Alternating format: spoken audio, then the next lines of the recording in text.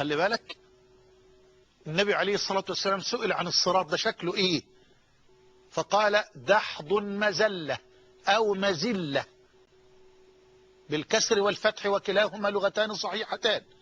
دحض مزلة يعني موطن تزل عليه الأقدام ولا تثبت الأقدام عليه إلا لمن ثبت الله أقدامه.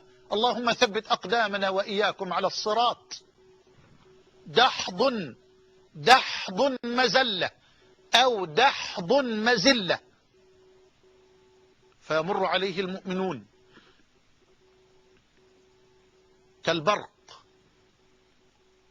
فريق يمر على الصراط بسرعة كومضة البرق، إذا دخل على الصراط يعبر الصراط كومضة البرق. اللهم اجعلنا منهم يا رب، يا رب بمنك وكرمك وبرحمتك، وإن قصرت أعمالنا يا أرحم الراحمين. اللهم استرنا فوق الأرض وتحت الأرض ويوم العرض. فيمر عليه المؤمنون كالبرق، خلي بالك، وكالطرف، غمضة عين يكون فريق آخر من أهل الإيمان عبر الصراط. كالبرق وكالطرف وكالطير وكالريح.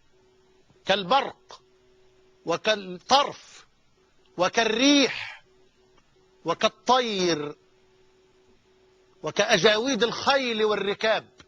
فارس راكب فرس. فناج مسلم، فريق ينجو ويسلمه ربنا جل وعلا. فناج مسلم، منهم من ينجو ويسلم ولا تمسه النار ولا تخدشه النار وهو يمر فوقها. فناج مسلم. طب والتاني ومخدوش مرسل، فمن زحزح عن النار وأدخل الجنة فقد فاز. ومخدوش، النار تطاله النار تخدشه، لكن الله يسلمه.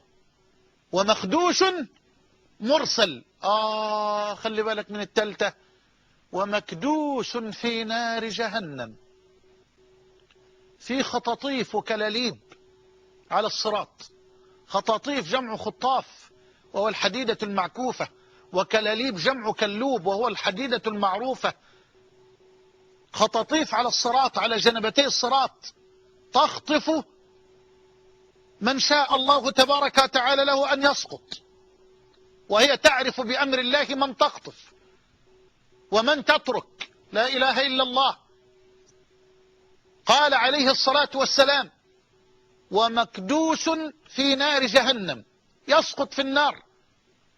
طب اللي ربنا نجاهم وسلمهم وخدشتهم النار وسلمهم العزيز الغفار، إذا ما عبروا الصراط تكلموا مع ربنا وناجوا ربنا جل وعلا وخاطبوا الحق تبارك وتعالى وقالوا اسمع ربنا، إن إخواننا كانوا يصلون ويصومون معنا. يصلون وقع في النار، وقع. ويصومون وقع، وقع. ليه؟ لأن كفة السيئات رجحت عن كفة الحسنات. ولا حول ولا قوة إلا بالله. فمن يعمل مثقال ذرة خيرا يره، ومن يعمل مثقال ذرة شرا يره. ذرة. فأما من ثقلت موازينه فهو في عيشة راضية، وأما من خفت موازينه فأمه هاوية. هاوية وما أدراك ما هي؟ نار حامية. كلام ربنا جل وعلا. خلي بالك، يقول النبي صلى الله عليه وسلم فيشفع المؤمنون ويقولون ربنا إن إخواننا كانوا يصلون ويصومون معنا، يعني فشفعنا فيهم. فيقول ربنا، خلي بالك بقى، ده الشاهد اهو، فيقول ربنا جل وعلا ارجعوا فأخرجوا من النار من عرفتم. ارجعوا، ده الأهل الإيمان. لمن ينكرون الشفاعة، هذه شفاعة للمؤمنين. يا الله. يا أخي إن من الله عز وجل عليك ونجاك فاشفع لنا، اشفع لنا ولأمثالنا. نسأل الله أن يسترنا وإياكم بستره في الدنيا والآخرة. في شفاعة لأهل الإيمان. شايف كرامة المؤمنين والأولياء الصادقين، لهم كرامة في الدنيا وفي الآخرة. أيوة، المؤمن الولي التقي النقي له كرامة في الدنيا وفي الآخرة، يشفعه الله في إخوانه الذين سقطوا في النار. فيقول أهل الإيمان: ربنا إن إخواننا كانوا يصلون ويصومون معنا فشفعنا فيهم. فيقول ربنا جل جلاله: ارجعوا فأخرجوا من النار من عرفتم. اسمع بقى البشرى دي. قال الحبيب: فيرجعون فيخرجونهم فيعرفونهم في النار بأثر السجود، فإن الله حرم على النار أن تأكل من ابن آدم أثر السجود.